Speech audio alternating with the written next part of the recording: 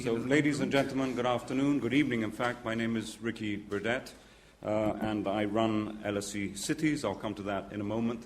And on behalf of a whole host of us at the LSE, very much welcome you to this lecture and this discussion tonight. In fact, in the back is Craig Calhoun, Director of the LSE. In the front is Richard Sennett, one of my colleagues, and Craig is sitting at the back because he has to leave at 7, but he's not making a statement. It's great. What is very important about tonight is not only that we will have, I think, a very interesting conversation and presentation about a book, Land of Seven Rivers, by Sanjeev Sanyal, but it actually brings together a series of research centers at the LSE, who in fact are jointly sponsoring this event. So you see, Sanjeev and Anshu, you bring together people within an institution who, sometimes speak to each other and sometimes don't. And that's the Asia Research Center and the India Observatory. Nick Stern, Ruth and others are very involved in that, and it's very important for us to connect on these themes which really do go at the heart of some of the work that we do at LSE Cities. Now, the structure of this evening is very straightforward. We have a book presentation, and in fact followed by book signing outside, which is, as I say, an explanation by Sanjeev Sanyal of a series of ideas and concepts that he's kept very much at the forefront of his mind for a number of years. In between, he does a little bit of sort of consultancy and works for a bank or two as a global strategist. But his real interest has been in understanding what his country, what India is about. And for us, in a very interesting way at LSE Cities, it's about linking the geography of place, and in this case a nation, and its social and cultural impacts. That's what the book is about, and it's a fascinating read. Those are exactly the themes, the social world and the physical world, at the heart of the research that LSE Cities has done for now 8 years with the support of Deutsche Bank and the Alfred Herrhausen Society. So that links us directly to the person who's chairing the event, Anshu Jain, who's co-chair of the management board, but in a way, more importantly for us tonight, Anshu, you're the chair of the Alfred Herrhausen Society, which has funded our program and continues to fund it to allow us to do exactly that sort of cutting-edge, I hope, interdisciplinary work. So the structure, as I say, is that Anshu will introduce a little bit. Sanjeev will then speak for about 30 minutes or so. We will then open up the discussion with questions from the floor, so please start preparing some tough questions for these two speakers and moderators. And we will then go outside, hope that you all join us for the drinks, and possibly buy as many copies as possible of this wonderful book. So, once again, welcome to the LSE, welcome to LSE Cities, and could you please join me in welcoming Anshu Jain. Thank you very much.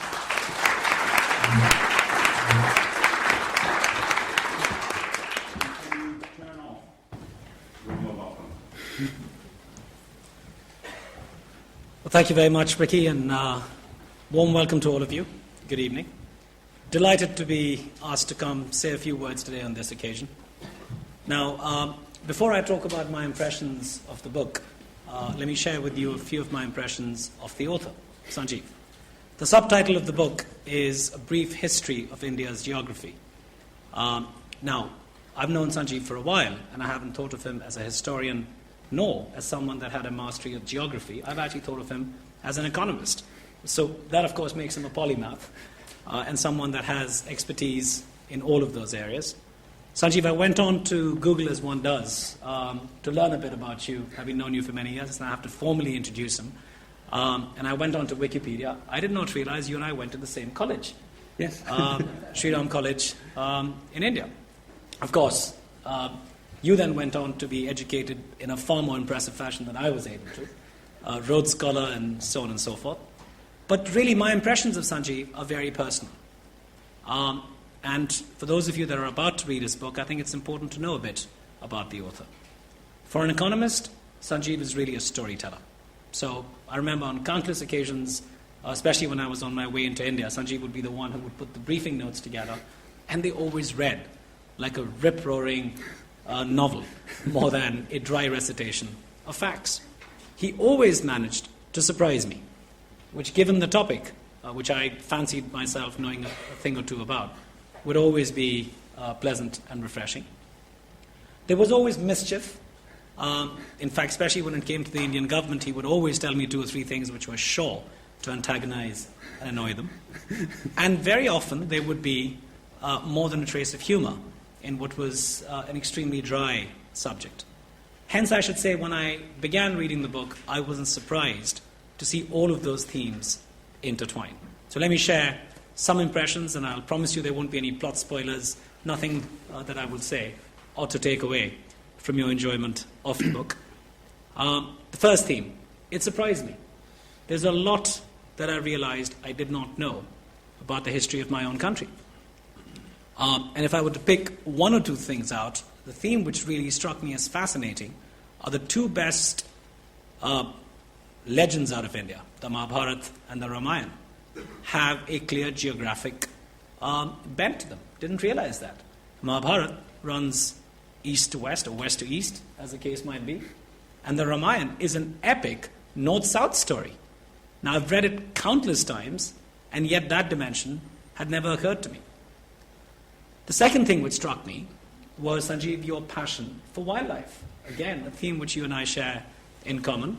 And you've managed to surprise me with knowledge about a topic which I would have given myself a very high score on.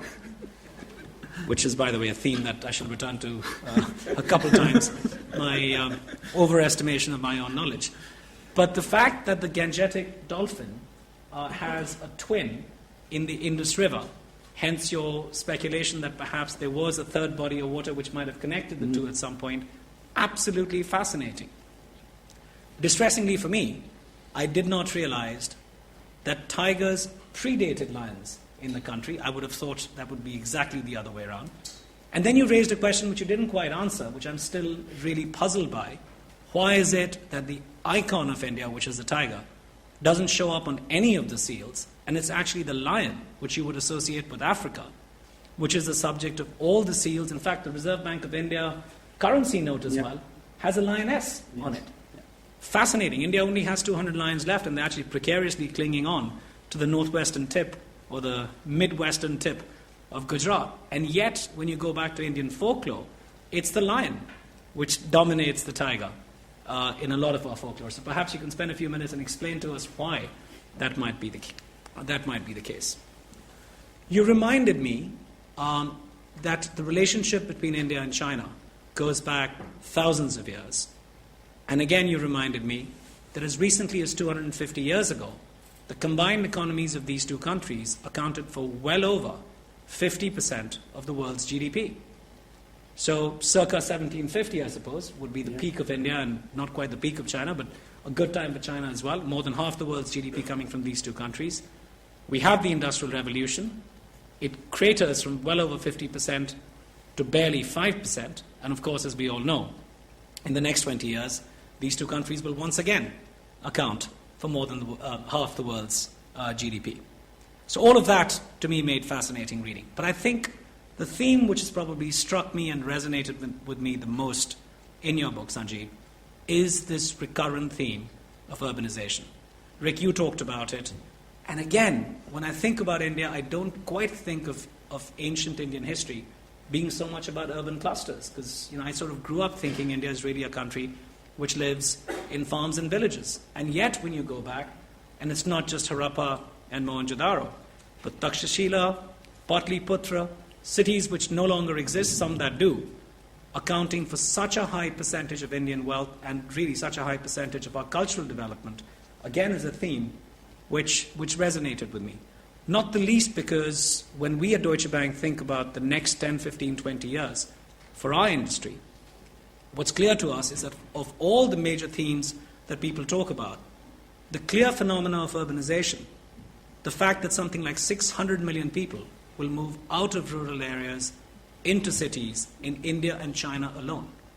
That's double the population of the US, which will be urbanized for the first time, represent an incredible opportunity, obviously for us banks, because there's lots of financing needs, there's all these customers coming into our net for the first time, but also some ferocious challenges. And that's really what the Herrhausen Society LSE theme is all about. So in some ways, there's a confluence of a lot of different themes that came together for me as I read the book.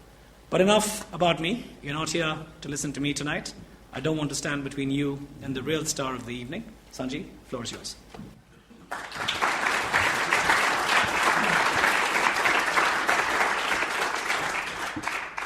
Thank you, Anshu. Let me begin by thanking LSE for really putting an amazing event together. Thank you, Ricky. And of course, a big thank you to Anshu for taking time out from what I know is an impossibly busy schedule. And not just today, but on several occasions, making time and giving me support for my various mad ventures, including this book. So, a big thank you to you as well. And of course, a big thank you to the audience for making it here today in what is a really cold day. I know I was outside today, and I know it was some effort, I'm sure, on your part to have come here today.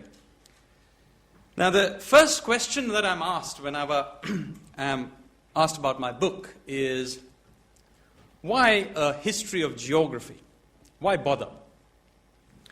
And the reason for that is that most histories are really written, and this is really not just about Indian history, but it is particularly true of Indian history, that most histories are written about kings and dynasties and battles and political events of various kinds. But that is not the only way to tell a history, because history can also be told in terms of the rise and fall of cities. It can be talked about in terms of the way the wildlife of countries change, how trade routes change. You now have phenomenal genetic data worldwide on who we are as a species and how we spread. And so what I've tried to do in this book is really take many of these themes for one country, India, and try and explore them. So what I have done is essentially tell a chronological story of India, except that the characters are not kings, necessarily kings. They are kings, etc., of course, that are important to history.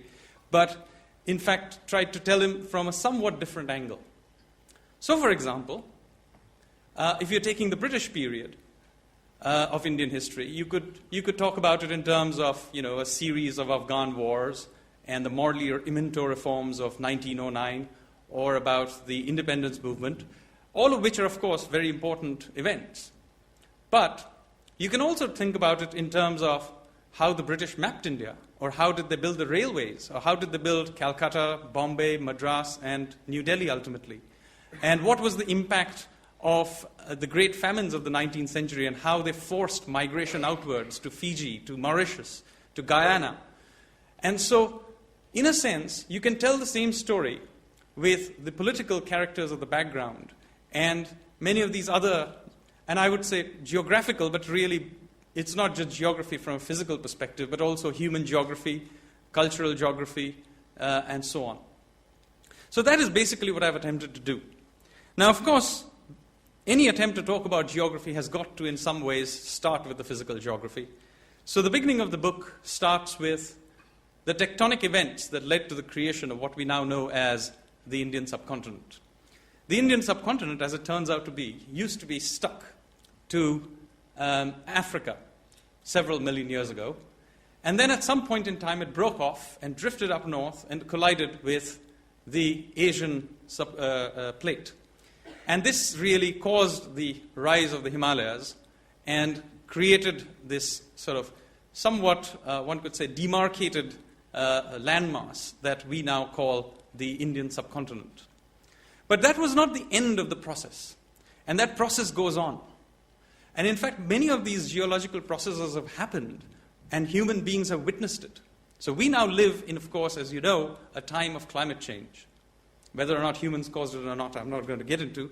But certainly, the climate change has happened many times before, and has happened quite well into times when early humans would have witnessed it. So the coastline of India, for example, was quite different as recently as 8,000 or 9,000 years ago, because during the Ice Age, a lot of water was, of course, stuck in the ice sheets, and the water level was significantly below, about 100 meters below where it is now, as a result of which the coastline of India would have been 100 kilometers out from where it is now.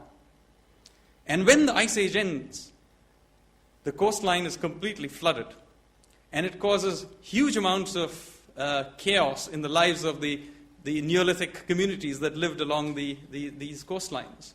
And we now have genetic data which shows that this event may have been a very important part of the churning of the genes of who the Indians are.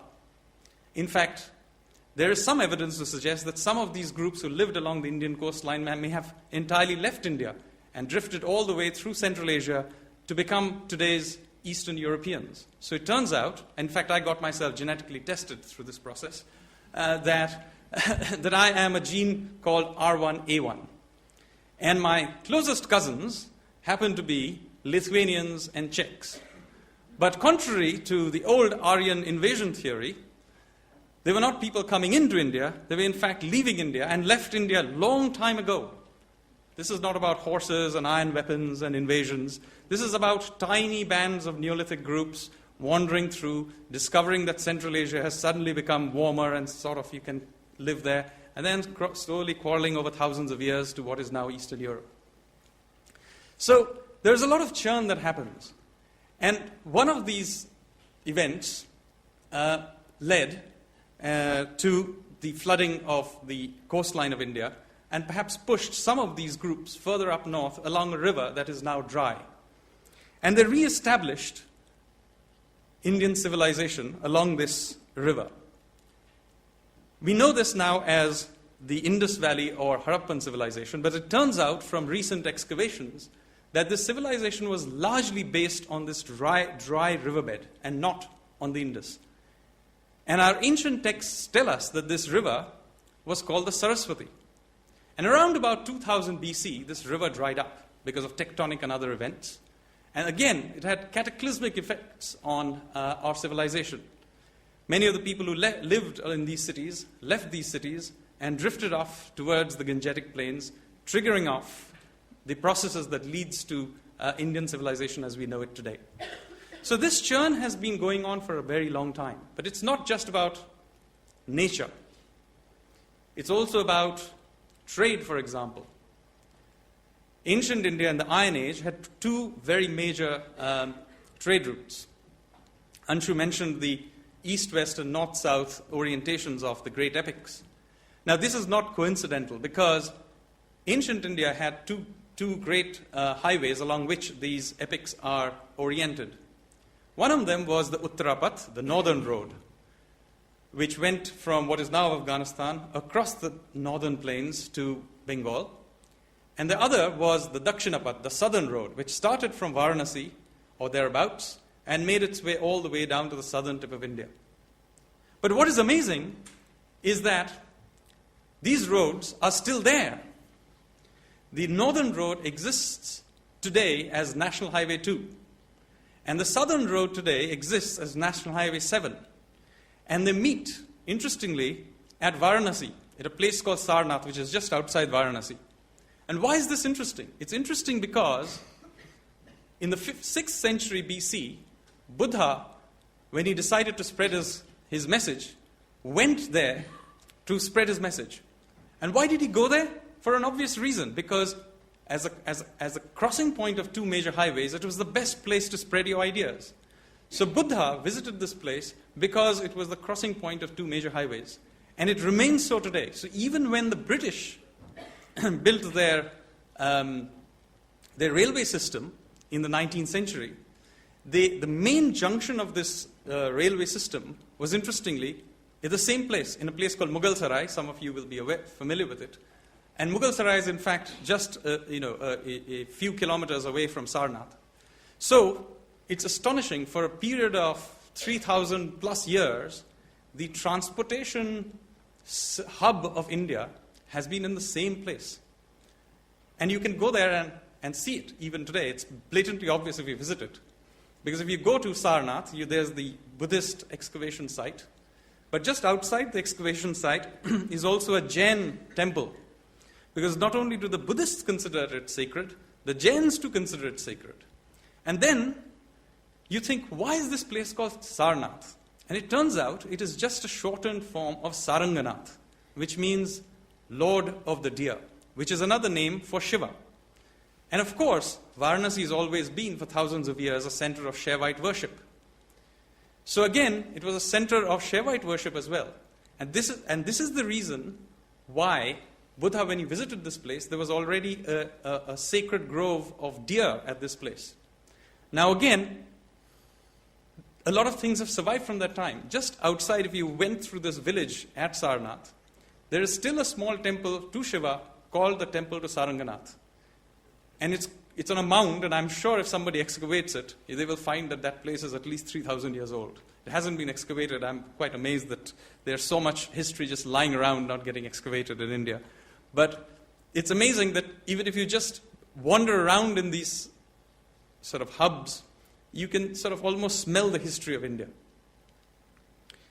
But of course, trade is not just about the insides of the country. India had been, through a long periods of time, the great mercantile country. Few people realize that the largest Hindu temple in the world is in fact not in India, but in Cambodia, the Angkor Wat. And for hundreds of years, there was so much trade between India and Southeast Asia that Indians would have considered Southeast Asia as being part of their civilization. And this remains such a powerful force to this day that when Indonesia became free, they actually named their country after India. They named their currency, the rupiah, after the Indian rupee. So it remains very much a part of living civilizational history. It's not just something that went, something that's had happened. I live in a city called Singapore, and even the name Singapore means the Lion City in Sanskrit. So this kind of history remains alive.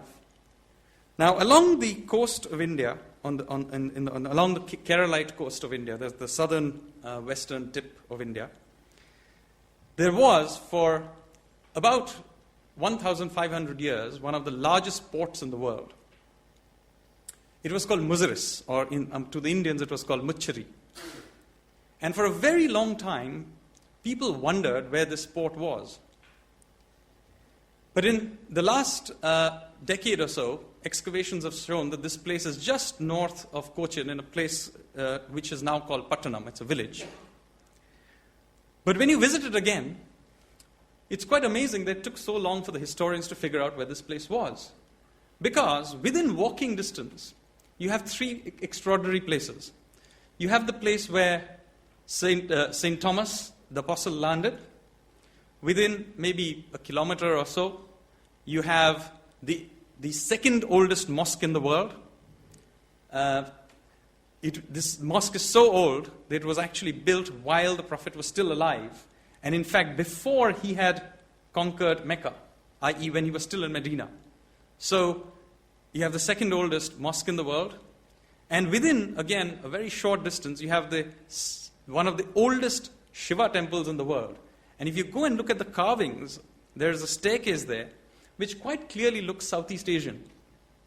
Clearly, these people were also trading with Southeast Asia. I don't know which way the influence of that carving went, but the point is, it's astonishing to me that it took so long for people to figure out that this must have been an important place at some point in time. Not only that, till the 19th century, this area had large Jewish communities also living there. So, as I said, there's a lot of history just simply piled up in India that sometimes, once you begin to dig into it, it's quite astonishing. It comes all pouring down on you. Now, of course, history carries on. And it's not about ancient history alone. Modern India continues to live and evolve, and its geography keeps changing. Anshu mentioned, of course, that India is now finally urbanizing very rapidly. Well within the lifetime in our lifetime, India will be an urban majority country. Hundreds of millions of people will move into Indian cities, or the villages they live in will get urbanized. This will be the single biggest human event of the 21st century. Now, the process through which this happens is actually quite fascinating. And while I was researching this book, I had actually taken a couple of years off from Deutsche Bank to travel around India. And one of the things I did during this period was actually to study the way the area around Delhi was evolving and urbanizing. So I'm going to tell you the rough story of how Delhi expands. It could be applied to many other Indian cities. Not all, but many other Indian cities. So when Delhi expands, for example, it moves into the surrounding countryside. Now when it does that, of course, the agricultural land gets acquired by the government or a company or whoever is developing that land. But the village settlement itself doesn't get acquired. It's legally very complicated to do it. Consequently, it's left alone. And the villagers who live there suddenly notice that there's a lot of construction work happening all around them, but there is no place for the construction workers to live or for the suppliers to set up shop and so on. So what they do is they take the compensation they've just been given and they build all kinds of irregular structures within their village compounds. Because remember, these are rural homes, so they're fairly large. They have cowsheds and other things.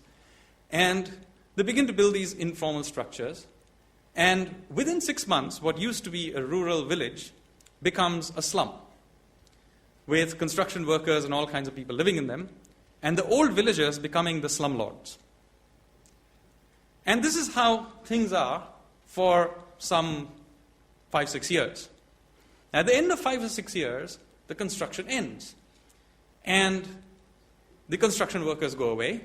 Another group of people come and move into this slum. They are drivers, security guards, maids, and such like. This group is more settled. They tend to bring their family in from the villages. This is still a slum. The old villagers are still the slumlords. But now there is new developments in the village. For example, an English medium school will turn up. It's nothing much to write home about, somebody's backyard. But the poor in India use English to climb the social ladder. So this is a very important part of the evolution. An Agarwal Sweets will come up somewhere. After a little bit of time, there will be maybe some public transport will turn up. And after another 10 years or so, the place will begin to slowly gentrify. Remember, by this time, this village is well within the city limits. And this village now begins to exhibit all kinds of dynamics, depending on what its location is. And slowly, these places begin to take on all kinds of different gentrified characters. And those of you who are familiar with Delhi will know what I'm talking about. Just outside the international airport, there is a small village called Mahipalpur. Now, Mahipalpur, till the 80s, was a real village. I mean, there were mustard fields and all kinds of stuff around it. And in the 80s, the land got acquired to build the area that is now known as Vasant Kunj. And by the 90s, essentially, Mahipalpur was a slum. And it remained a slum well into the 2000s. But in the last 7 or 8 years, those of you who will visit Delhi will know, it has begun to gentrify. You'll see you'll have Modcom hotel, this hotel, that hotel, all kinds of tiny hotels, budget hotels of all kinds sprouting up. But through this process, the place is gentrifying and moving up the value chain. The old villagers / slumlords have now become hoteliers. And if you go into any of these hotels, it's quite fascinating. The person who is probably at the front desk is almost certainly the child of a migrant who moved there 20 years ago. He or she can speak a little bit of English and has effectively made the jump into the middle class. This, ladies and gentlemen, is the story of India. The creation of a completely brand new middle class that is slowly but steadily expanding out and, in effect, replacing the old middle class from which I, for example, am drawn from. And this process is really the process through which India is moving ahead. If you go to, for example, a call center, 10, 15 years ago, an average call center worker would have been derived from the old middle class. Today, nobody from the old middle class works in a call center. They're all from the new middle class. They're all drawn from the small towns, from the slums. And this process of churn is again creating a new India. And I think it's fascinating because as this process takes root, you will also begin not just to see the economic benefits of it, but you will also begin to see major cultural changes. We see that in Bollywood already, for example. The old middle class like to listen to ghazals and nice songs with tunes derived from classical music. The new middle class prefers Mudni Badnaam Hui. But Mudni Badnaam Hui is a very important part of the evolution of India, because it is the music of the mufassils that is being brought up by this and being naturalized into the mainstream. So, whether we like it or not, this is a very important part of India's next sort of step forward. And of course, slums play a very important part in this. This is very critical to understand. People whose impression of slums is derived from watching Slumdog Millionaire completely miss the point. You see, Slumdog Millionaire shows you a slum which is static. The poor remain poor except if they win the lottery. But if you go and spend any time in a slum, the whole point is churn. People move in, but they also move out. People move into slums precisely because they have a fighting chance, or more importantly, their children have a fighting chance of moving out into the middle class. And this process is very important to understand when cities are designed. Because the slum stage is a very important part of development. And in fact, was true for all countries in some point in their history.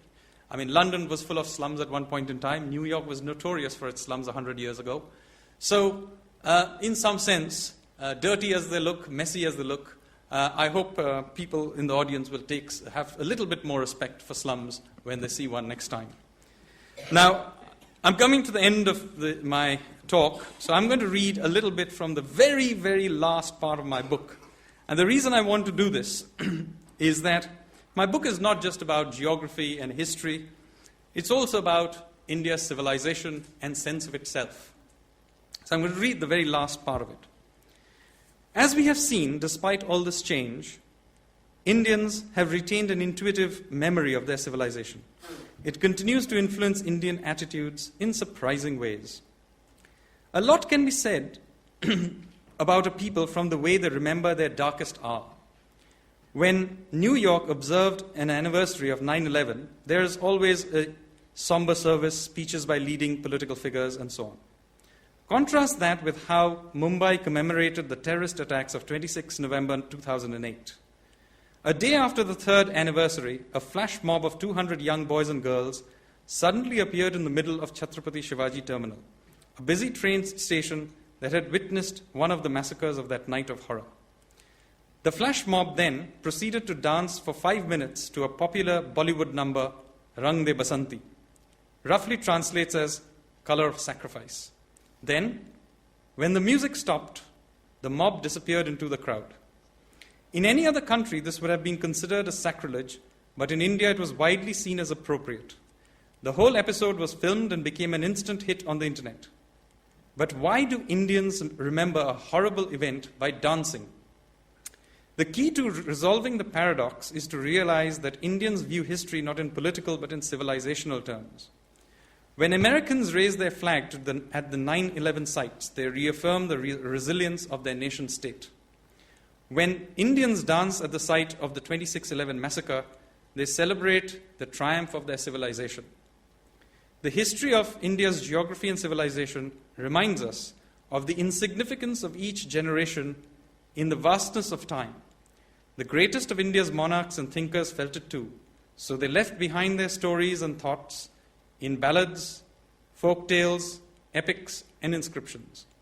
Even if these memories are not always literally true, what matters is that they carry on the essence of Indian civilization. On the island of Mauritius, descendants of Indian immigrants have transferred their memories of the river Ganga to the lake Gangatalav, that they now hold as just as sacred. A very long time ago, their distant ancestors would have similarly transferred the memory of the Saraswati to the Ganga. Geography is not just about the physical terrain, but also about the meaning that we attribute to it.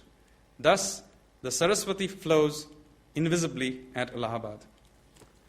With that, I will stop. Thank you.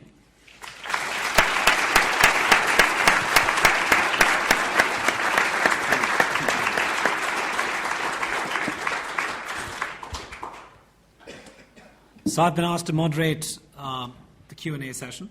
There are no rules, other than one. Keep your questions short, please, and no speeches. Ask genuine questions. And if you can tell us who you are and introduce yourself before you ask the question, the floor is yours. So right in the front. My name is Vijay Srao. No Indian civilization existed prior to 1948. So why are you mentioning Indian civilization? There was no collective identity before that. In fact, you talk about geography, but why are you mentioning civilization? In fact, one of the themes throughout the book is the fact that there is more than enough evidence of a collective identity of Indians throughout a long periods of time. And this is one of the points I make repeatedly through the book. It's a colonial idea that India never had a sense of itself. And that is now, I think, more or less been thrown into the dustbin by Indians, academics and scholars. But I find that it is very often stays alive, even in academia, in the rest of the world. So one of the things I do talk about in the book is huge amounts of evidence of how Indians repeatedly, monarchs and common people, have repeatedly tried to link themselves civilizationally to their predecessors, which gives a very clear sense of national identity. But it is not a nation-state idea of nationality. It is a civilizational idea of nationhood, which, incidentally, is not unique to India. There are other countries with it too. I mean, the Chinese too have it. I mean, the Chinese were sometimes united, sometimes divided, but they always had, throughout that period, a sense of nationhood. The Jews had it for long periods of time, and still do in many ways. The ancient Greeks had it. I mean, they fought amongst themselves all the time, but whenever the Persians turned up, they all ganged up. And perhaps the European Union project is an example of a sense of civilization. And perhaps the British have a problem with that. Very good answer. That's the Indian Union, and you're saying European Union. It's the same kind of story. It's a narrative. It's trying to create something. So that is one of the themes in the book, is that it does exist. And surely, I mean, to some extent, whether or not we think of ourselves as a nation depends on what Indians think. And I'm an Indian. Surely, if I think it exists, it exists.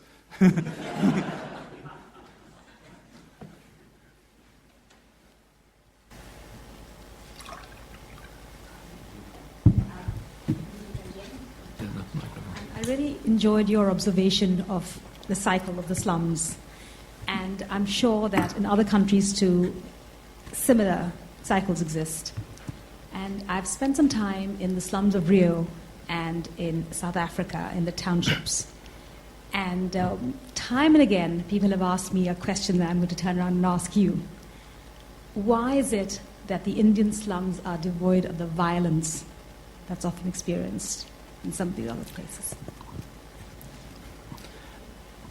It's a very good question, and the answer to that is flow. You see, the reason Indian slums are not as dangerous as the slums of South Africa or South America is that people move in, but they have a fighting chance of getting out.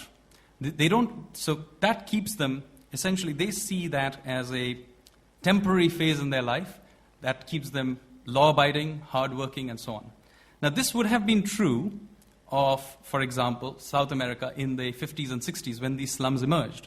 But then the problem was that growth collapsed in these countries into the 70s and 80s.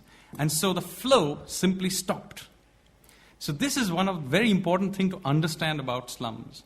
The thing that keeps slums going is flow. And if you shut down this flow for whatever reason, then obviously these aspirations are shattered. And it becomes a very different ballgame. Sanjeev, can I challenge you Yes, despite my position up here in solidarity with you?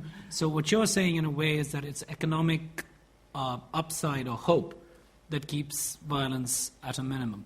I'm not sure that's the case. If I think about New York and Harlem, and I lived there for 10 to 15 years. While New York itself was resurgent, the US economy was doing well, LA, South Central, and so on and so forth. Are you sure there aren't cultural and religious aspects here as well that might have something to do with this? Brazil's growing incredibly well, in fact, growing in some ways faster and better than India, and yet the slums around Rio are among the most dangerous in the world. Are you sure that there's more to this? There isn't more to this than just economics? Well, I'm simplifying here. Nonetheless, is Rio's slums becoming worse now? Because remember, they became dangerous at a certain point in time. I don't know.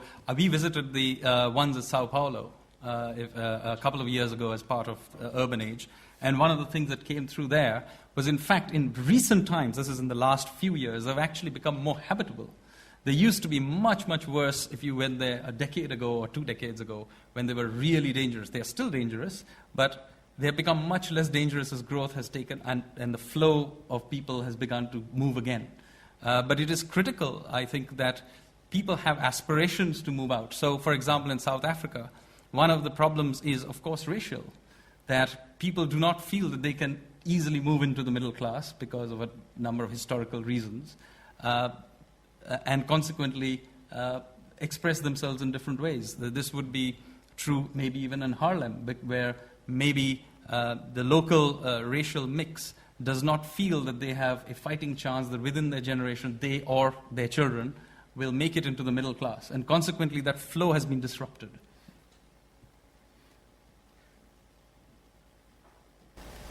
Second row. Hi, I'm Alex. So Benedict Anderson talks about nation states as being formed from imagined communities and he cites the examples of language, religion, and sort of common geography.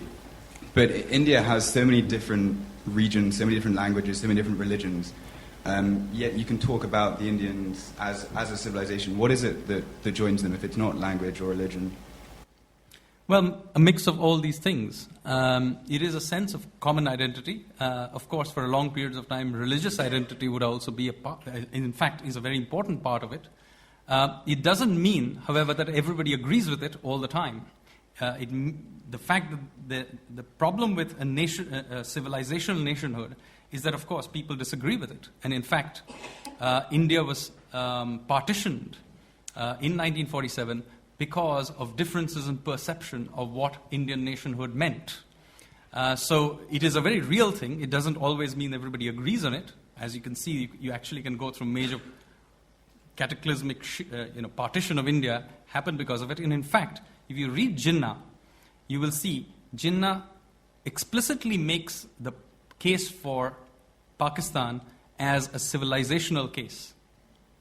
That, of course, requires you to also accept that there is a civilizational case for India. Of course, he separates the two, but it is a civilizational case. Cricket and Bollywood for me. In the middle.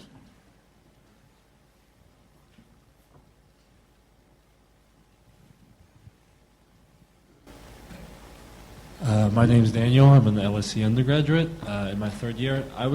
You mentioned that you did not want to go into the issue of climate change, but you at the same time talked about the massive genetic, civilizational, historical churning that's gone on as a result of previous climate shifts, tectonic shifts. Do you think that, what extent do you think, how do I put this, that the effects of climate change will be predictable in a manner based on examination of past shifts? And what do you think those shifts will be? That's a tough one for two levels. Now, there are two issues here. The first is whether or not climate change happens from time to time, and whether or not human beings are causing this one. The second issue is a much more complicated one, which I have not at all dealt with in my book. And there's a lot of debate, I'm sure, that you read in the newspapers about. But climate change does happen from time to time, and they have severe impacts on the world. This is the point I was trying to make here. Good and bad. But the fact is that if we are indeed going through another round of climate change, human-induced or not, we will, as a species, be forced to adapt to it. And we should, in some ways, look on it as essentially sure, it'll be a painful thing when it happens, but it is something in some ways inevitable. We have gone through, in fact, many sub-cycles as well, which people forget. In the Middle Ages, Britain was for a period warm enough that you could grow wine here. People forget that. So even if you didn't go through into an ice age, you can actually go through very, very large variations, even naturally, without any human intervention.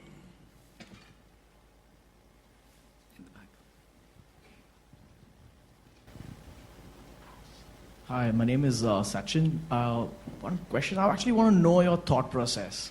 Like, at what stage did you decide that this is the topic that I want to cover? I want to write a book on a brief history of India's geography.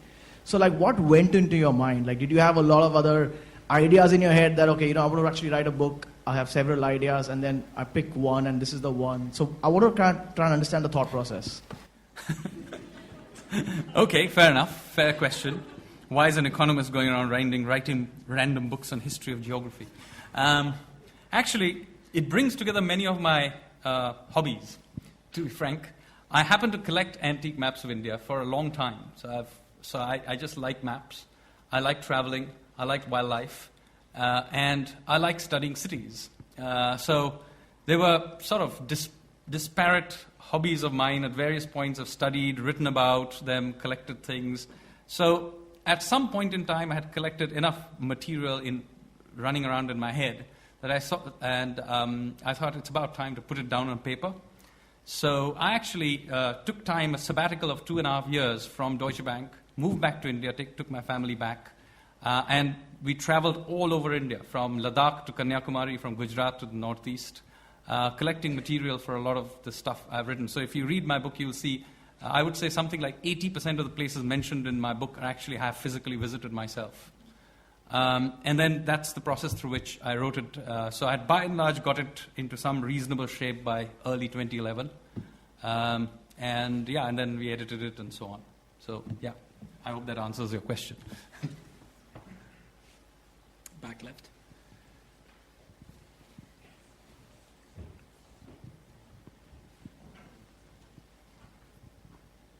Hi, thank you for your talk. I wanted to ask, so you made this case for this sort of collective national identity that, encompasses all this enormous diversity. But I'd like to ask you, how do you think that the rise of Hindu fundamentalism and nationalism that we've seen in recent decades sort of clashes with this idea, now that we might have a rise for prime ministerial race where the BJP might be emerging very strongly? Do you think that they can accommodate this kind of national identity that you're putting forward the case for in their political rhetoric? And in that case, will that be the success? Okay, let me understand. You seem to see, this is the thing. When you're thinking of a civilizational nationhood, as opposed to the nation state, the problem with civilization, of course, is that it's a vague, amorphous idea. Even if a lot of people subscribe to it, it doesn't mean that it has got hard boundaries. So when I'm making the case that India has a sense of civilizational nationhood, it doesn't mean that it means the same thing to everybody. It may mean Bollywood to somebody, it may mean cricket to somebody, and it may mean religion to somebody. To somebody, it may just mean a passport, just a legal document. And incidentally, that keeps evolving. At different points in time, different people will think of it in different ways. So, as I said, I think the easy way to think about it is, for example, think about another example of a similar idea, say Zionism and the idea of Jewish nationhood. To some people, it is they are religious Jews who will consider it a religious way. Some people are just Israelis, secular Israelis, who just consider it in terms of a passport. And some people may not even follow the religion anymore, but will still consider themselves culturally or genetically Jewish. So it is many things to many people, and it keeps evolving. It's not as if it's a hard and fast thing, but that doesn't mean it doesn't exist. So what motivated you wasn't to sort of show that there is a national kind of identity despite diversity. It was more from a historical. No, it's not something that's a it's not a central theme of my book. I just that as I was reading it, I did come across occasional people who made, why are you writing about India, but India didn't exist kind of thing. Then since I was finding so much overwhelming evidence that, the idea of India is, thousands of years old, I thought I'd just point it out because it conveniently fitted in with what I was doing. In the middle.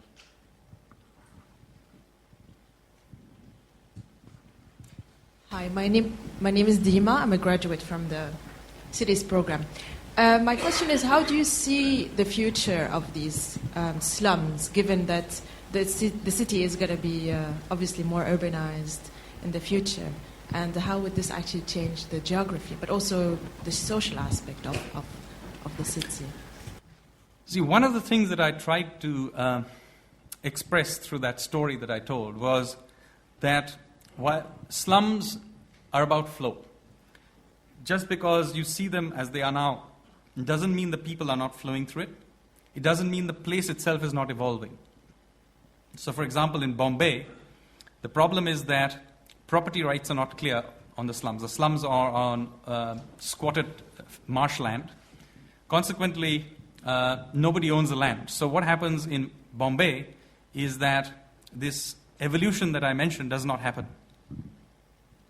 But in Delhi, because the land is clear, the slum land is clearly owned by the old farmers, this evolution happens. So in different places, the dynamics of that place, the property rights, the circumstances will lead to different kinds of change. I mean, as I mentioned, in one case in Mahipalpur, which I was talking about, you now have cheap hotels because it's near the airport. But there is another such village called Haus Khas village, which is now well in the middle of the city, which is now a very cool place to hang out, to go drinking and so on. It's expensive boutiques and so on. In fact, it is a very expensive part of town, even though it's originally a village and then a slum. I remember it as a slum into the 90s, or rather late 80s. So these things evolve. Some evolve in different ways. Some get stuck because, as in Bombay, the property rights in Bombay, you need government intervention or external intervention to get them to evolve. But nonetheless, the point is, if the economy is growing and if there is social mobility, slums are in some odd way a symbol of that mobility. And if they function correctly, they actually are the source through which the next generation of middle class is generated. And it has happened repeatedly through history. Of course, when it gets disrupted, this process gets disrupted, it is quite painful, as we know from, for example, Latin American slums. But even in the case of Latin American slums, as I was trying to say, as growth got going in the last decade, in fact, even Latin American slums have become somewhat less dangerous than they used to be.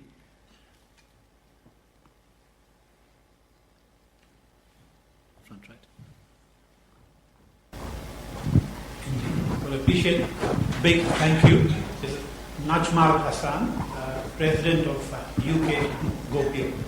Gopio is the global organization for people of Indian origin. Yes, well, thank you for your fascinating presentation. Well, the question is, you have observed and looked at India through the lens of geography. So my question is, to what extent do you find geography as a limitation to understand India as a country? And did you see astrology, astronomy coming together in some places? Well, I mean, obviously, I have taken a certain lens. So I have, the problem with writing any book like this is that you look at it and, push. I have tried to be as eclectic as I can, but I recognize the limitations of, actually physically putting it. Even if I have actually almost enough material to write another book, which I have not used, but just to keep the story focused. And so, in fact, there is some interesting new books are being written about how historical events may be now predicted by looking at the astrology of the Ramayana. I'm not entirely convinced by it, by the way, but nonetheless, people do it. I have not done it. I've just looked at it from one angle, and I've hopefully tried to make as good a case as I can through it. In the front here. Sanjeev, I bought the book. I haven't read it yet, so pardon the ignorance of my question. But doesn't India now risk becoming the land of hardly any rivers? I mean, you've traveled the length and breadth of the country, and it is so obvious to us now that some of the greatest rivers of India are now just running dry. You can walk across the Yamuna in the summer. What have you learned, and what should we be propagating in terms of conservation of water, especially in the context of this massive urbanization phenomenon that you talked about? You're absolutely right. I mean, it is absolutely shocking what is happening to the so-called sacred rivers of India. I mean, there's random civil engineering of all kinds, diverting water in all kinds of different ways, a lot of it wasteful, a lot of it dangerous, because people do not realize that many of the dams are being built in some of the most dangerous, tectonically dangerous places in the world. The Himalayas, as it happens to be, are very young, as I mentioned. Geologically speaking, they're still growing, and we are building massive dams into them, many of which I'm quite certain will not be able to take earthquakes of the kind that we know can happen in the Himalayas. So consequently, I think the story of India's rivers is, at best tragic. What is interesting, however, since this is a book on history, this is there throughout our history. So, for example, the Rig Veda, which is the oldest book of Indian history, and the hero of the Rig Veda is the god Indra. And Indra's great achievement in the Rig Veda is to kill the demon Viritra. And why does he kill Viritra? Because Viritra had dammed the rivers. So Indra kills Viritra and bursts the rivers and lets them free. So, in some odd way, perhaps the same kind of concerns that we have now may have happened in other times. Now the question is, who will break the dams and let the rivers flow? The politics of water may overwhelm the politics of oil within our lifetime. In the front. Hi, my name is Arjun, and by way of introduction, an Indian, an LSE undergrad last year, graduated last year, and now I work at Deutsche Bank. It's a perfect place for me to be here today. My question, I understand that this book is about the evolution of India's geography, but my question is more that would tie you both as an author of the book and as your role and your role at Deutsche. What, in your opinion, would be the way forward, or what are the implications of India's position in this constantly evolving subcontinent? Or strategically, where do you think India is going forward with the way it is today? Well, that's a tough one. But I mean, my own view, which I've written a previous book to this called India's Renaissance, A Rise of India After 1,000 Years of Decline, in which I make the case that India's time is yet to come. There are many good things about India, despite all the political noise. Not the least, of course, the fact that between 2015 and 2045, India will be at its demographic peak. Do not underestimate the power of this, because every single country that has gone through a rapid growth phase has done it during this demographic phase. Of course, it's a necessary but not sufficient condition for growth, but it is a necessary condition, and it will fall into place, well, in 2 years' time. The other condition, of course, is India's politics. But again, if you look through history, the creation of a new middle class is very often a very important ingredient in political change. If you look through, for example, Britain in the 19th century, the emergence of a new middle class led to the Great Reform Act of 1832, which is the basis of modern Britain. The old rotten boroughs were removed, power shifted from the House of Lords to the House of Commons, and so on. All of that happened at that time. Modern America is due to the same phenomena. If you go back to the 1870s and 1880s, the Vanderbilts, the Gettys, and so on used to run America.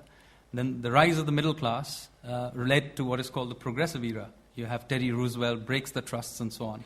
So in some sense, it's just not demographics, but the process of the creation of the new middle class is a very important part of the creation of both the economic but also the political and social circumstances that could really take India into the next big phase. And this group also does all kinds of demand social change, not just political change, but social change. And perhaps the big demonstrations you very recently had about a rape victim is perhaps a step in that direction. Perhaps one last? Yeah, okay, one last one. One last question. So maybe in the front. Hello, my name's Jim Camp. You said that India's slums are uniquely non-violent, but you just referred... Not uniquely, but they are much more non-violent than you would think.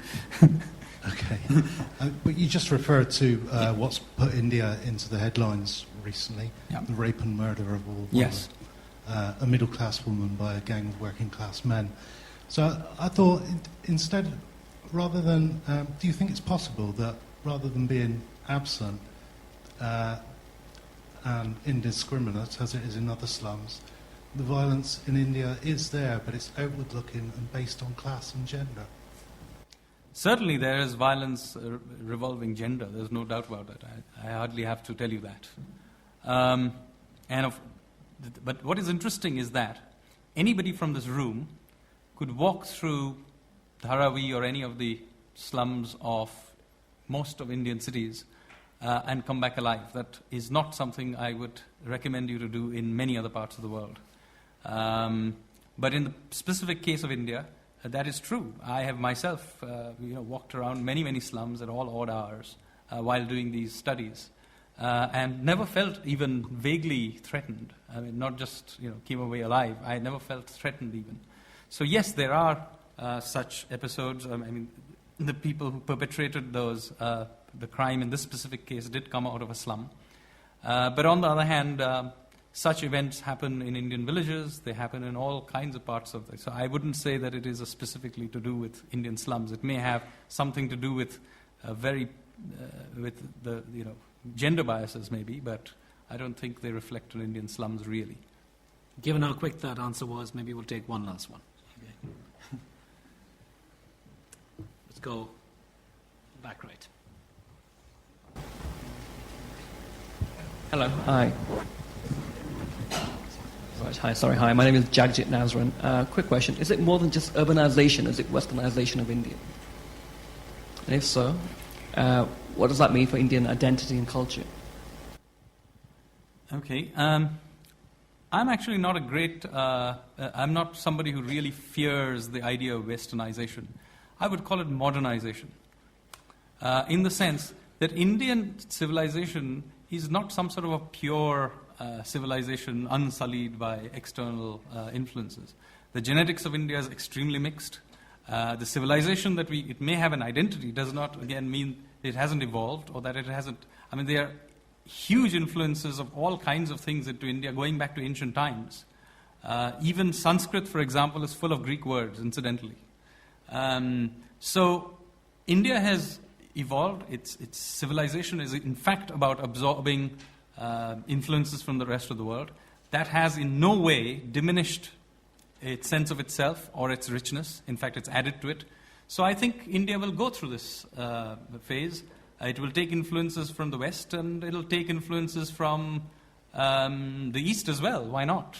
But that, I don't think in any way makes India less. I mean, if you watch a Bollywood film, for example, it's a medium that was not invented in India. The film storylines are very often pulled off from some other part of the world. That even the music is sometimes stripped of some other music from the West or other places. But nobody will ever be left in any doubt that it is a Hindi movie. Well, thank you very much. That brings us to the end. Thanks a lot.